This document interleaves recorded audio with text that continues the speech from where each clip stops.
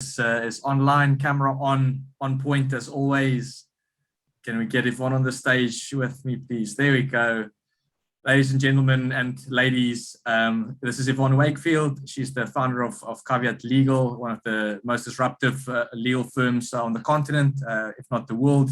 One of the smartest entrepreneurs we've had the privilege of working with over the last couple of years, and very grateful to have her here today to share with us from a female founder's perspective, just a little bit about her journey in building her really exciting company over the years. Yvonne, without much further ado, over to you. Thank you, Lo. Lovely to see you as always. And I'm imagining that I can see all of you. Lovely to be able to chat to you today. While I was preparing for this talk, I was thinking about, the context, women in business, and I kept being struck by how much we're expected to carry these days.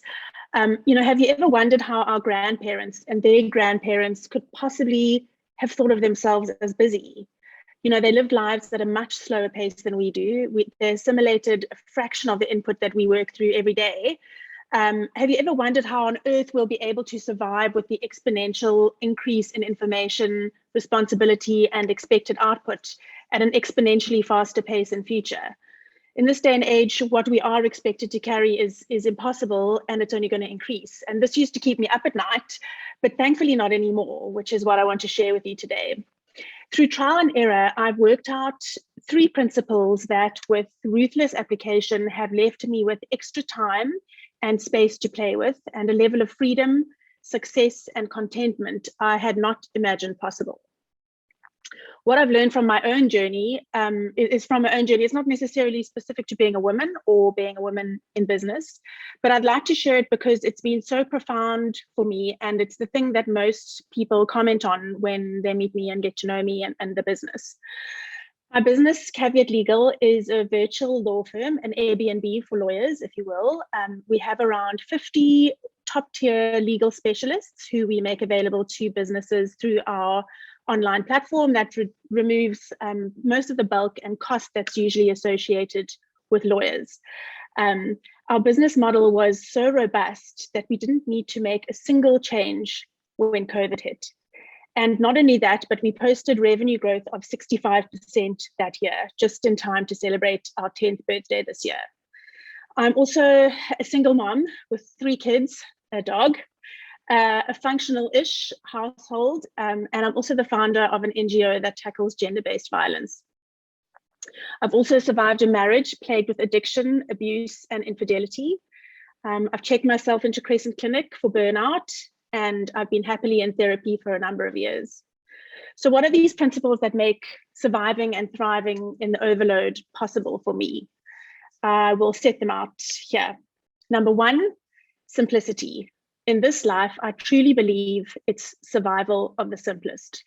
Simplicity to me means stripping out the non-essential, slimming things down, and keeping them absolutely basic. Number 2, design.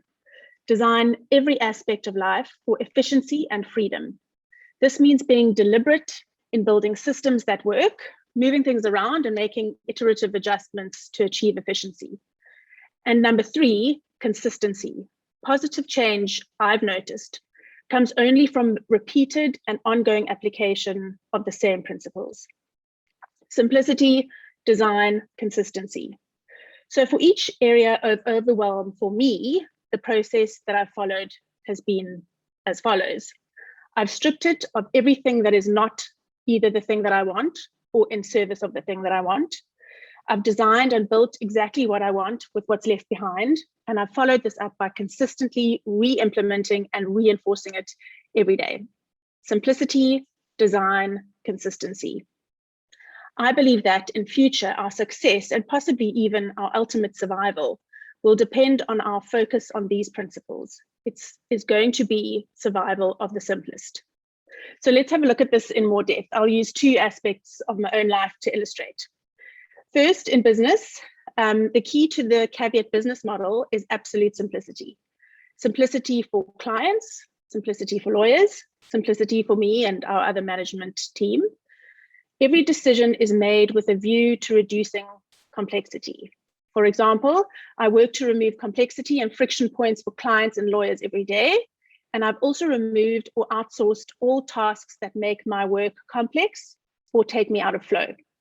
The result is that Caveat is now a huge machine with no offices and only one employee on the payroll. That's me. Then in my personal life, the key to my happiness has also been absolute simplicity.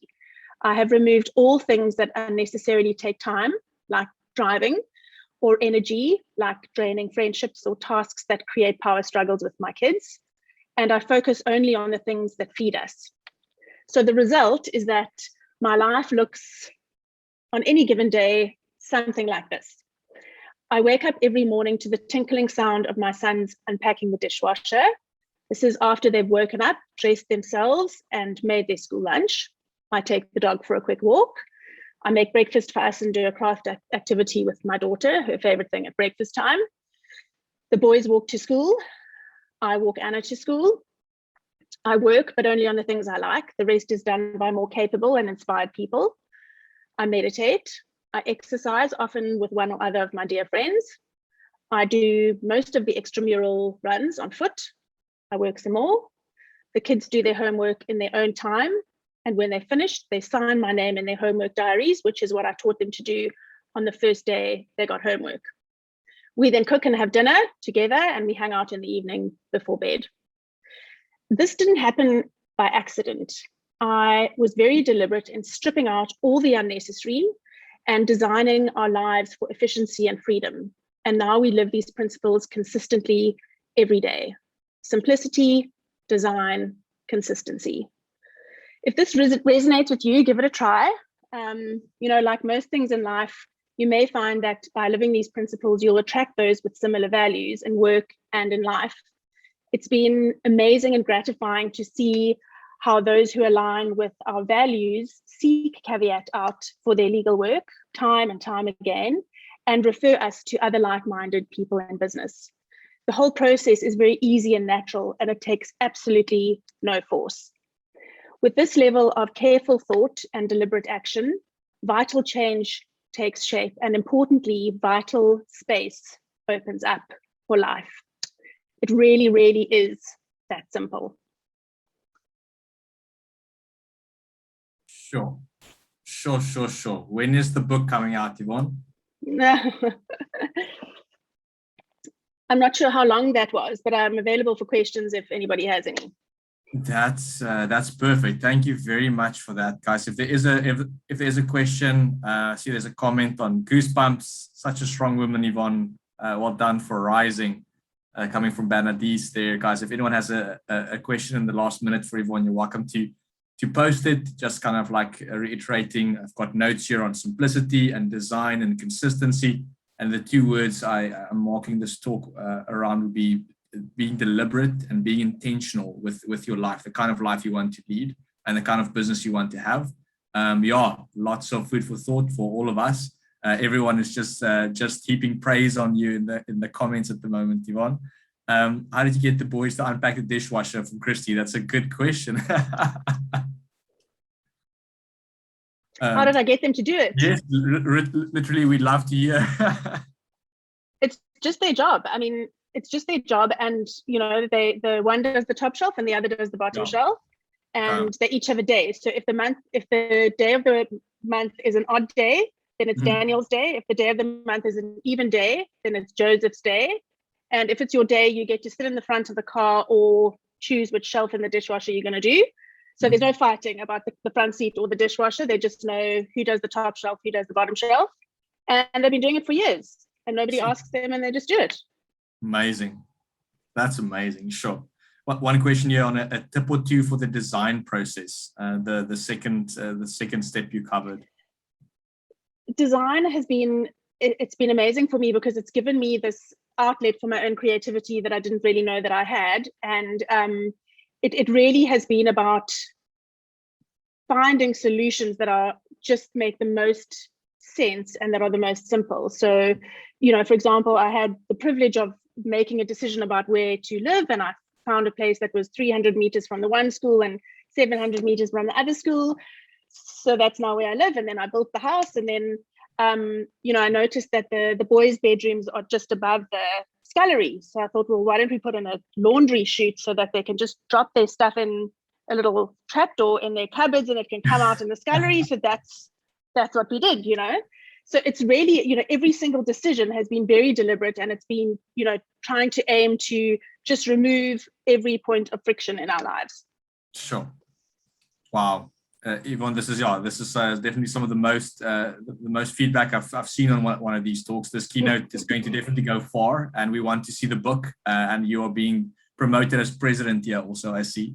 Thank you very much for sharing with us. That's absolutely amazing. Appreciate the time out of your open diary that you shared with us today. Great to have you as always, and so inspiring to just listen to you. Thank you very much. Great. Thank you. Okay. Hey, Lo here. I'm one of the founders of Outsource CFO. If you like this video, don't forget to click subscribe below. We'll see you next time.